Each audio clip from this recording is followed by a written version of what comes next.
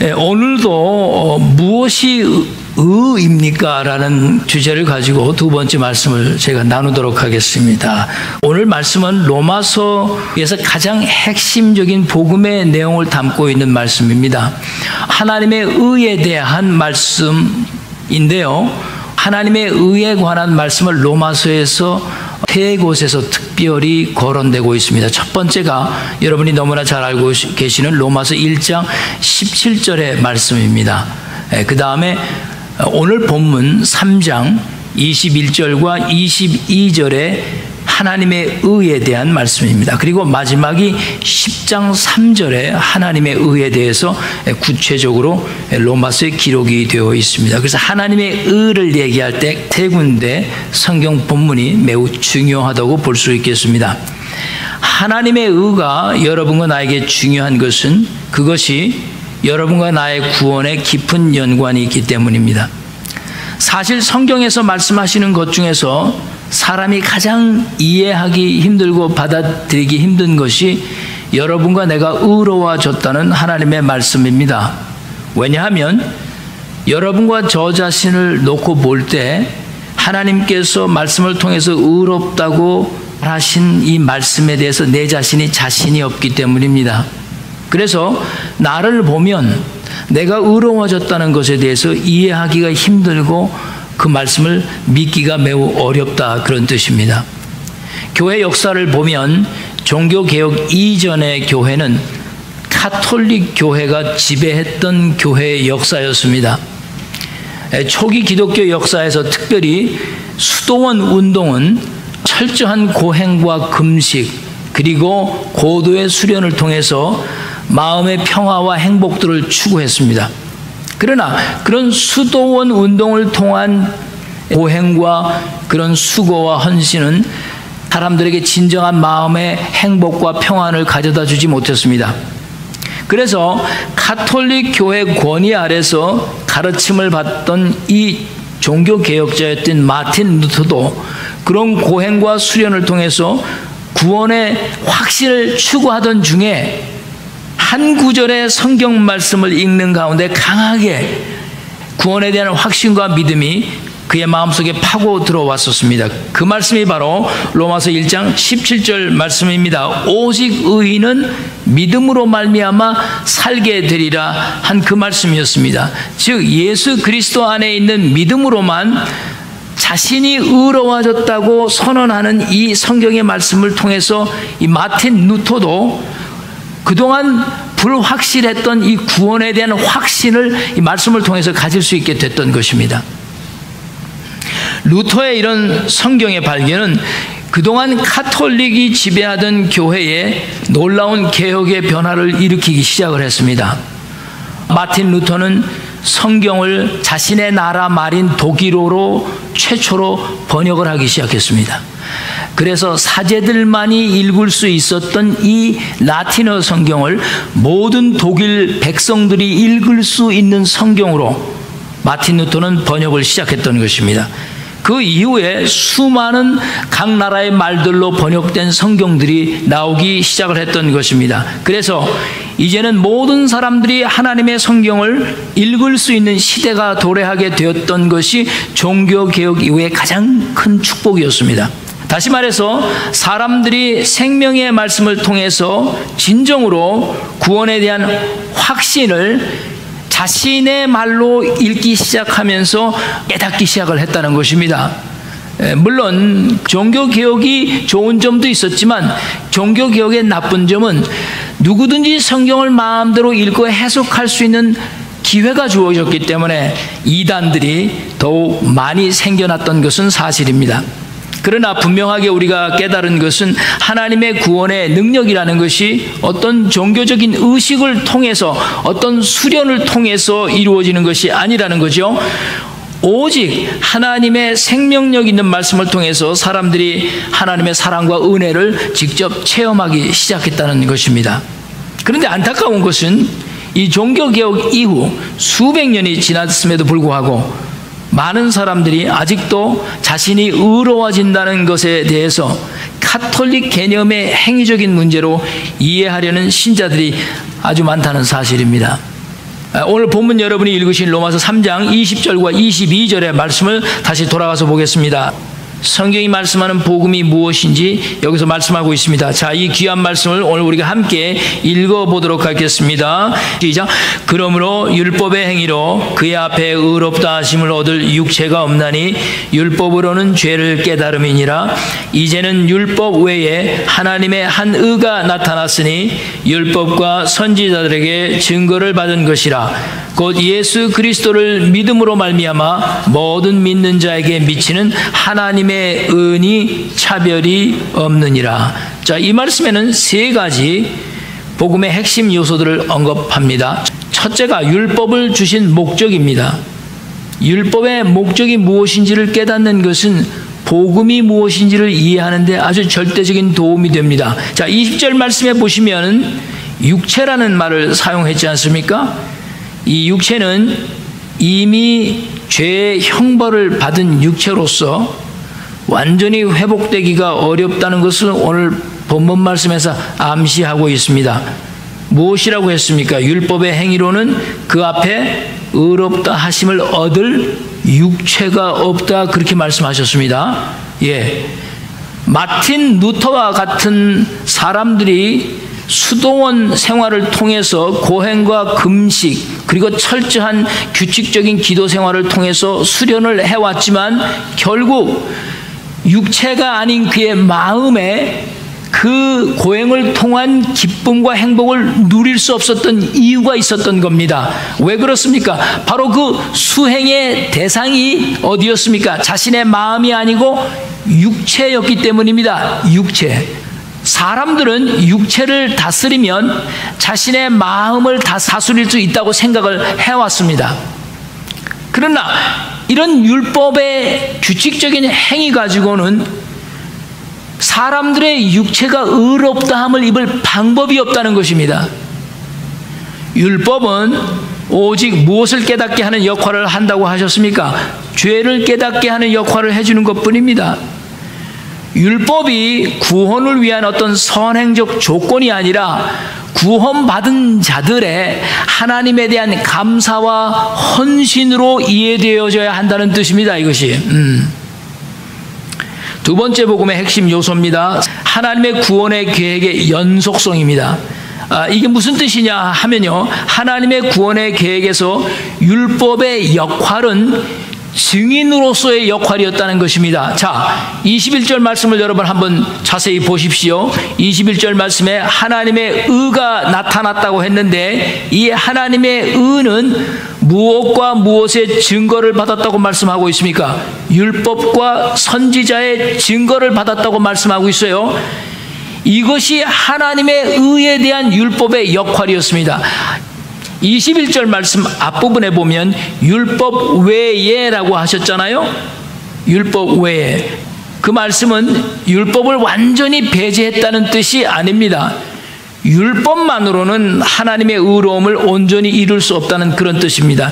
이 하나님의 의는 예수 그리스도를 통해서 하나님의 구원의 계획이 이미 창세 전부터 그리고 모세를 통해서 주신 율법과 구약의 선지자들을 통해서 전해져 온 그 하나님의 의였다라는 것입니다. 예. 그래서 이 하나님의 의가 연속성을 가지고 있다는 거예요. 창세서부터 율법 시대서부터 선지자 시대서부터 예수 그리스도에 이르기까지 컨티뉴 되고 있다는 것을 뜻하는 것입니다. 예, 그것을 하나님의 의의 증인이 바로 선지자하고 율법이다, 이렇게 말씀하는 겁니다. 많은 사람들이 생각하기를 하나님께서 율법을 사람들에게 주셨는데 사람들이 그 율법을 다 지킬 수 없으니까 하나님께서 그 율법 대신에 2차적인 방안으로 예수 그리스도를 보내셨다, 이렇게 가르치는 사람들도 있고요, 이렇게 생각하는 사람들도 많습니다. 율법으로는 안 되니까 예수 그리스도를 보내셨다는 거예요. 그러나 하나님의 구원의 계획은 율법이 안 되니까 예수를 보낸 게 아니고 이미 창세 이전부터 예수 그리스도를 통한 하나님의 의가 계획이 되어서 있었다는 겁니다. 그래서 그 율법이라는 것과 선지자가 그 하나님의 증인의 역할을 하고 있다고 말씀하는 것입니다. 셋째로 중요한 복음의 핵심 요소입니다. 하나님의 구원의 계획 안에 있는 대상입니다. 자, 그 대상은 누구라고 말씀하고 있습니까? 오늘 본문 말씀을 보십시오. 누구라고 했습니까? 22절 뒤에 보니까 하나님의 은이 무엇이 없다고 했어요? 차별이 없다고 했지 않습니까? 다시 말하면 전 인류인 거예요. 전 인류. 유대인이나 이방인이나 차별이 없습니다. 남자나 여자나 어린이나 노인이나 부자나 가난한 자나 건강한 자나 병든 자나 많이 배운 자나 못 배운 자나 모두 예수 그리스도를 통한 하나님의 구원의 대상은 전 인류를 포함하고 있다는 것입니다. 그러므로 오늘 본문에서 밝히는 하나님의 의라는 것은 율법이 안 되기 때문에 예수 그리스도를 통해서 구원을 이루고자 하시는 것이 아니고 창세 전부터 예수 그리스도를 통해서 계획되었던 하나님의 구원의 계획이라는 것입니다. 성삼위 하나님이 가지고 계신 그 하나님의 의가 여러분과 나의 것이 된다는 것을 말씀하는 겁니다. 그러니까 여러분과 내 육체로는 어떤 행위를 하여도 의로워질 수 없다는 것입니다. 오직 이면적인 여러분과 나의 마음에서 그분을 믿음으로 영접함으로 여러분과 내가 의롭다고 선언되어질 수 있는 것입니다. 할렐루야. 그러므로 오늘 이 예배와 우리가 이 예배를 통해서 드리는 예물과 헌신의 모든 행위는 의로워진 내가 하나님께 드리는 감사의 제사가 되는 것입니다. 기독교에서 가장 논란이 되어온 주제가 있는데요. 의롭다고 인정을 받은 사람이 하나님께 예배도 안 드리고 헌물도 바치지 않고 봉사와 헌신도 하지 않을 경우에 그 사람의 의로움이라는 것이 과연 하나님이 말씀하시는 의로움이 될 수 있는가? 이 문제에 대해서는 지금까지도 기독교 안에서 크게 논쟁이 되고 분열되어 있는 주제 중에 하나입니다. 물론 어떤 사람들은 오늘날 교회 조직체 안에서 발생하는 불미스러운 현상들 때문에 특정 예배나 봉사와 헌신에 참여하지 않을 수도 있습니다. 그러나 조심해야 할 것은 그런 분들이 그런 것이 항상 이유가 돼서는 절대 안 된다는 것입니다. 의롭다고 선언을 받은 예수 그리스도 안에 있는 믿음을 가진 자들은 그 하나님의 의로움에 의해서 항상 은혜의 자리를 찾게 되고 감사의 자리를 갈망하며 나아가게 된다는 것입니다. 모든 것이 비은혜적이고 모든 것이 비감사적일 수는 없다는 것입니다. 그러므로 이 세상의 그 어떤 것도 예수 그리스도 안에 있는 믿음 외에 여러분과 나를 의롭게 할 수는 없으며 여러분과 내가 그 하나님의 의를 전가받은 자로서 그리스도 안에 있는 믿음이 있다면 우리는 이 예배와 하나님께 드리는 헌물과 봉사와 헌신을 감사의 표시로 마땅히 해야 하는 것입니다. 오늘 이 예배의 자리가 여러분과 저에게 이런 하나님의 의로 인한 감사와 은혜와 헌신의 자리가 되기를 축복합니다. 네. 그렇다면 가톨릭 교회에서 가르쳐온 전통적인 의로움에 대한 교리가 도대체 무엇이었길래 종교개혁자들이 그것에 대항해서 종교의 개혁을 일으켰냐는 것입니다. 오늘 이것을 살펴보는 것이 성경에서 말씀하는 하나님의 의를 이해하는 데 유익하겠습니다. 자, 중요한 것은 종교개혁자들이 성경을 통해서 발견한 이 의로움의 교리에 대해서 그들이 그동안 전혀 몰랐던 것을 새롭게 발견했다는 뜻이 절대 아닙니다. 단지 가톨릭 교회에서 가르쳐 오던 그 의로움이 종교개혁자들에 의해서 새롭게 재해석이 됐다는 뜻입니다. 가톨릭 교회에서 주장하는 이 의로움이라는 것은 매우 교회적입니다. 교회적이라는 뜻은 교회가 가지고 있는 권위 아래에서 행하여지는 모든 종교적인 의식을 가톨릭 교회는 의롭다고 인정을 합니다. 좀 더 구체적으로 설명을 하자면 가톨릭에서의 의로움은 이런 미사나 또는 세례라는 의식을 통해서 세례를 받는 바로 그때에 하나님의 은혜가 능동적으로 그 사람 안에 주입이 된다는 거죠. 그래서 세례 받는 그때에 하나님의 의가 그 세례를 통해서 그 사람에게 주어진다고 믿는 것입니다. 그래서 그 세례를 받는 그때에 하나님의 의가 나타나서 그 사람을 죄에서부터 사함을 일으키고 그래서 그 사람을 그 세례 때 의로워졌다고 인정하게 되는 것입니다. 그러니까 믿음과는 사람이 의로워지는 것하고는 가톨릭에서는 사실 관계가 없는 겁니다. 교회에 권위 있는 이 종교적 의식에 따라 사람의 의로움이 결정되는 것입니다. 물론 가톨릭이나 개신교 모두가 인정하는 공통점이 있습니다. 의로움을 통해서만 죄사함이 일어나는 것이고 의로움을 통해서만 죄인이 의인이 된다는 것은 똑같은 견해를 가지고 있습니다. 그러나 그 죄사함이라는 것이 의로워지는 것이 무엇에 의한 죄사함이고 무엇에 의해서 의로워지는 그 해석 자체가 다른 것뿐입니다. 그래서 가톨릭 교회에서의 모든 권위 아래 행하여지는 의식이 강조되는 반면에 기독교에서는 오직 의식이 아니라 믿음입니다. 믿음. 여러분이 아무리 이 예배에 참여했다 할지라도 믿음 없이 드리는 예배는 모두가 기독교에서는 소용이 없다고 가르치는 것입니다. 그러므로 우리의 육신적인 행위가 우리를 의롭게 하는 것이 아니고 이 자리에 앉아서 우리가 드리는 이 예배 가운데 내 이면적인 세계가 하나님 보시기에 어떻냐 하는 것이 매우 중요하게 되는 것입니다. 자, 또 한 가지 이 의로움에 대해서 가톨릭과 크게 우리 기독교에 다른 점이 있습니다. 가톨릭에서는 만약에 신자가 어떤 큰 죄를 범하게 되면 그 의로움을 잃어버린다고 가르칩니다. 그리고 그 잃어버렸던 의로움을 다시 회복하려면 고해 성사를 꼭 해야 된다고 가르칩니다. 이렇게 되면 이 가톨릭의 의로움은 반복되는 의로움을 가르치는 겁니다. 다시 말해서 의로워졌다가 또 불의해졌다가 또 다시 의로워졌다가 고해성사를 통해서 또 죄를 지면 불의해졌다가 또 고해성사를 하고 의로워졌다 또 죄를 지면 불의해졌다 이렇게 반복되는 의로움이 되는 것입니다. 그래서 로마서 8장 1절이 기독교에서는 매우 중요한 성경이 되는 것입니다. 로마서 8장 1절 한번 우리 다 가보시겠습니다. 우리 같이 읽겠습니다. 시작. 그러므로 이제 그리스도 예수 안에 있는 자에게는 결코 정죄함이 없나니. 결코라고 그랬어요. 결코 정죄함이 없나니. 예. 보세요. 성경이 얼마나 확실합니까? 예수 안에서 믿음으로 말미암아 의로워졌다는 것은 그 다음에 결코 정죄함이 또 없다는 거예요. 한번 의로워졌다고 하나님께서 여러분에게 그 하나님의 의를 선언해 주셨으면 영원히 여러분은 의로운 사람들인 겁니다.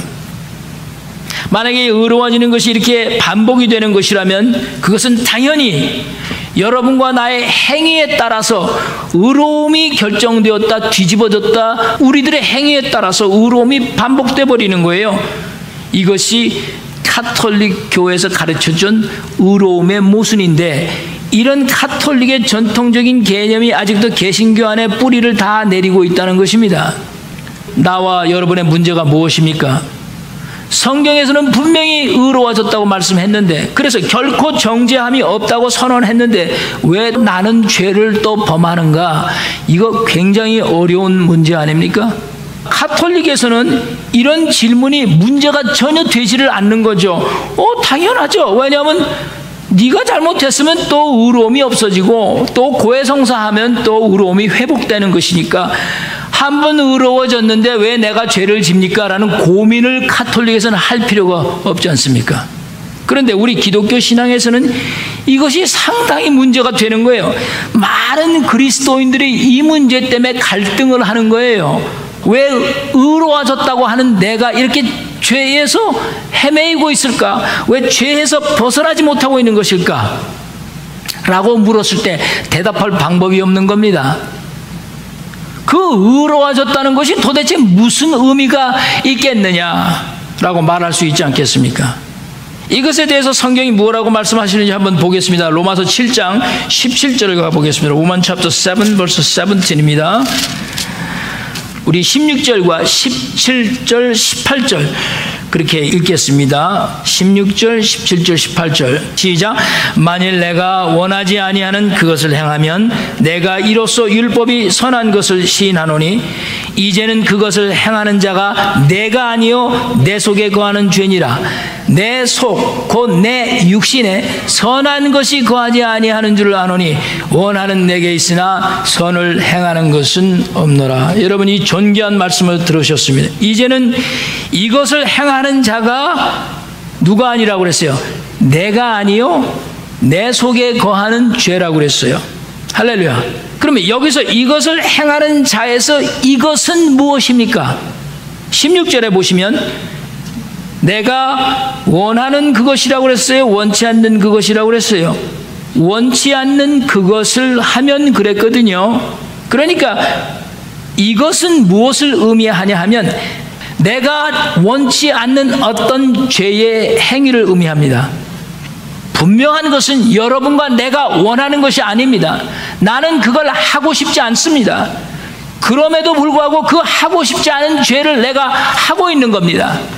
그런데 여러분과 내가 정말 원해서 하는 죄라면 이게 어떻게 되는 걸까요?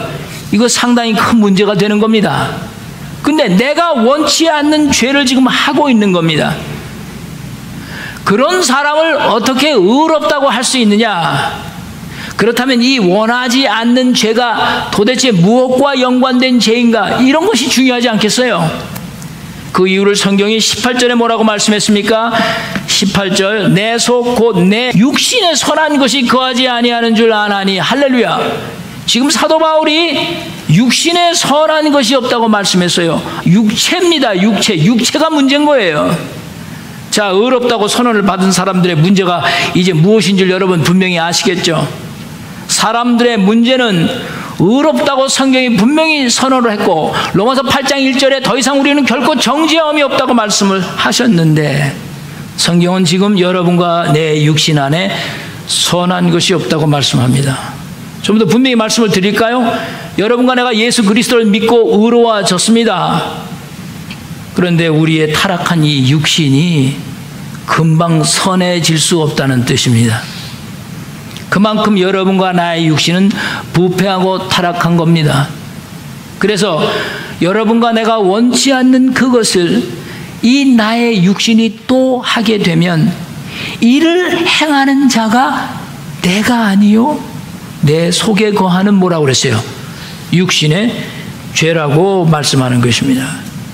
그러니 예수 그리스도 안에 믿음을 가지고 의롭다고 선언을 받은 하나님의 신자들이 갈등하는 것은 육신에 대한 문제지 예수 안에 있는 믿음으로 말미암아 선물로 주신 이 구원의 확신에 대해서 갈등을 해서는 안 되는 거예요. 그렇다면 의롭다고 선언을 받았음에도 불구하고 내가 가진 육신이 선하지 못한 문제를 어떻게 해결합니까? 이게 굉장히 중요한 마지막 문제가 되겠죠.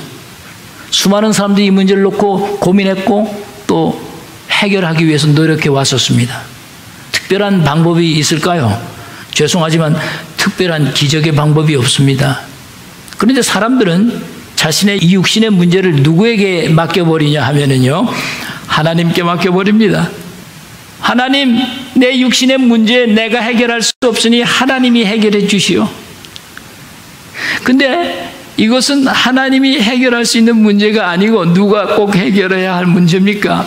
여러분과 나의 육신의 문제입니다. 그러니까 누가 싸워야 합니까?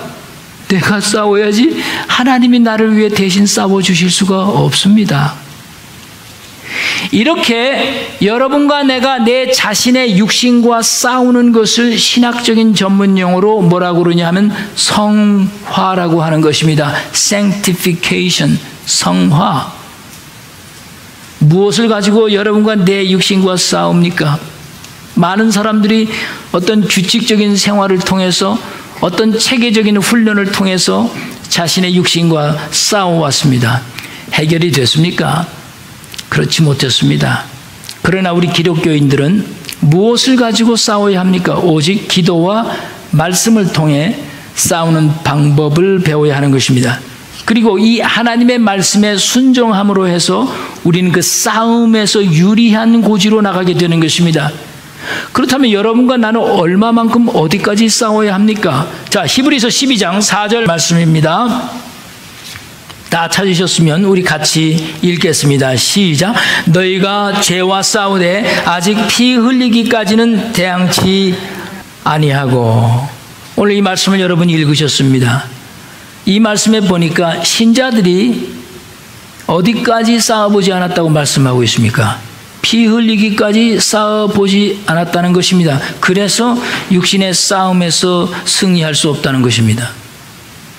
왜 성경이 피 흘리기까지를 강조했을까요? 한번 곰곰이 생각해 보십시다.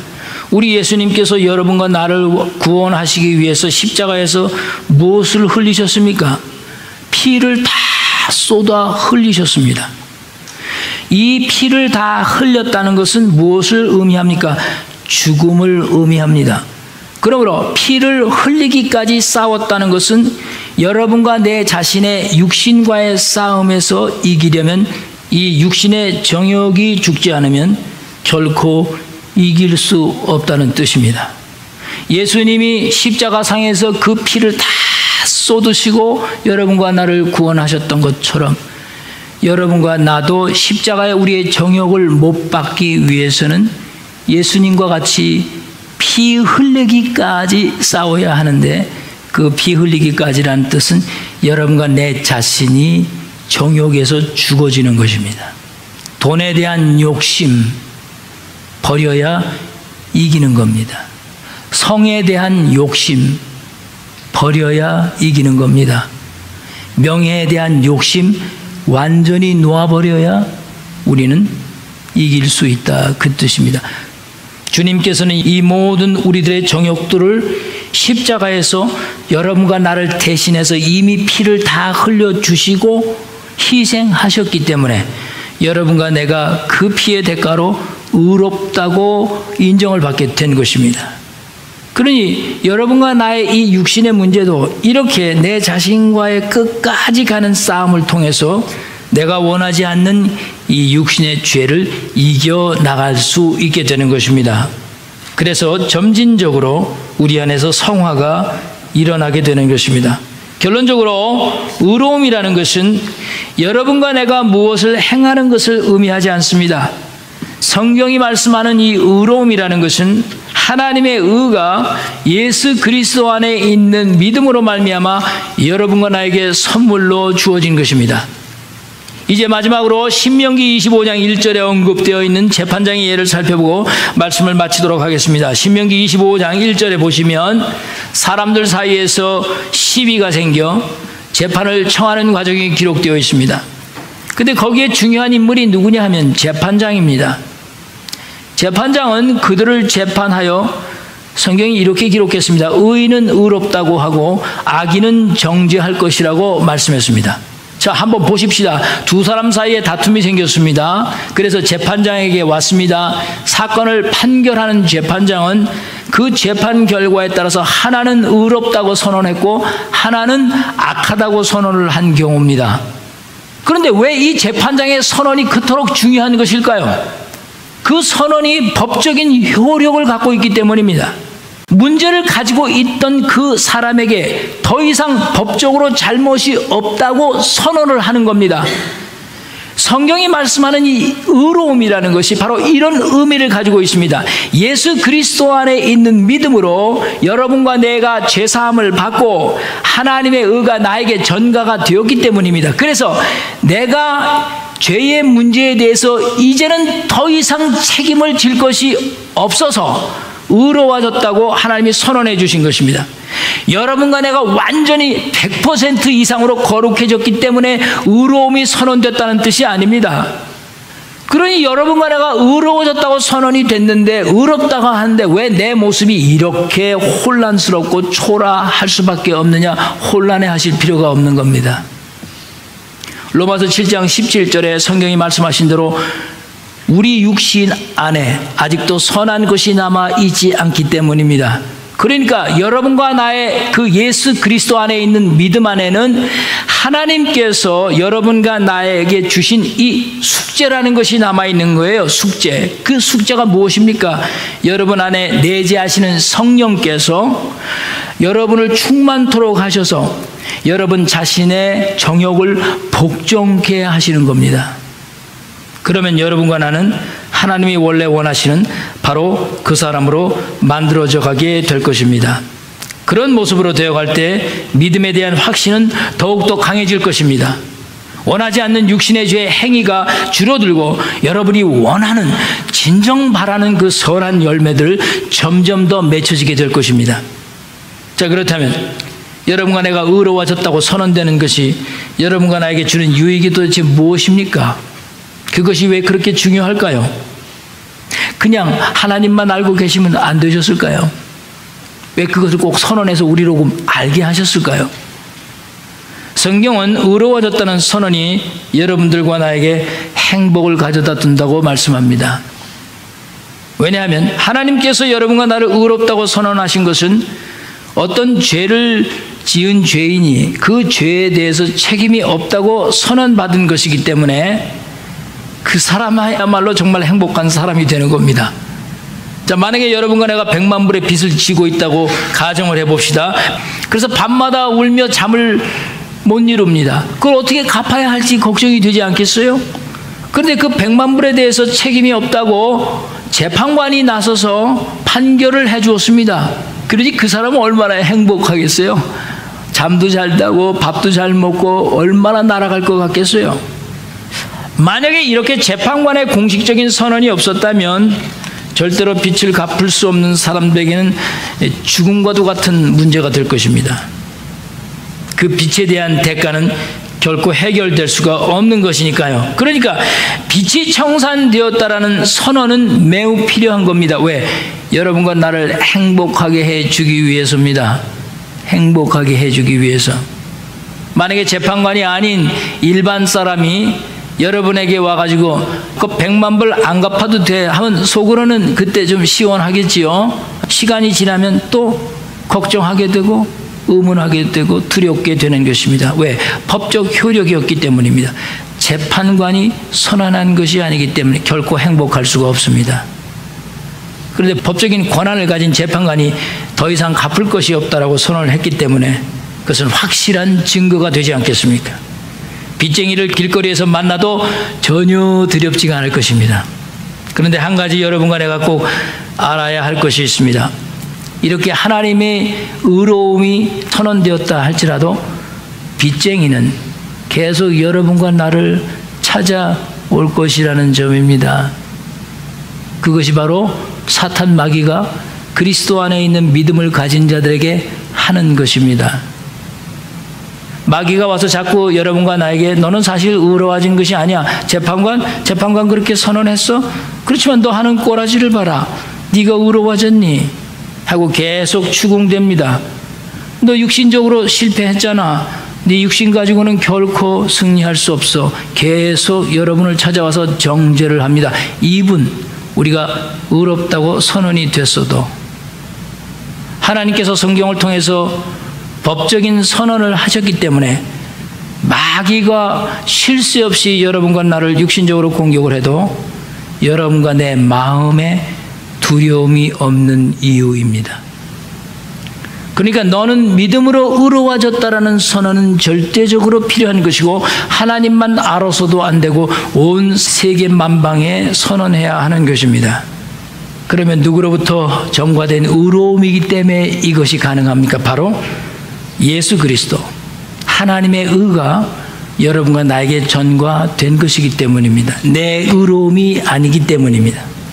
그러므로 우리 그리스도인들에게서 의로워졌다는 뜻은 영적으로 뿐만이 아니고 이 세상을 살아가는 데 있어서도 도덕적으로 우리는 의로워져야 하는 것입니다.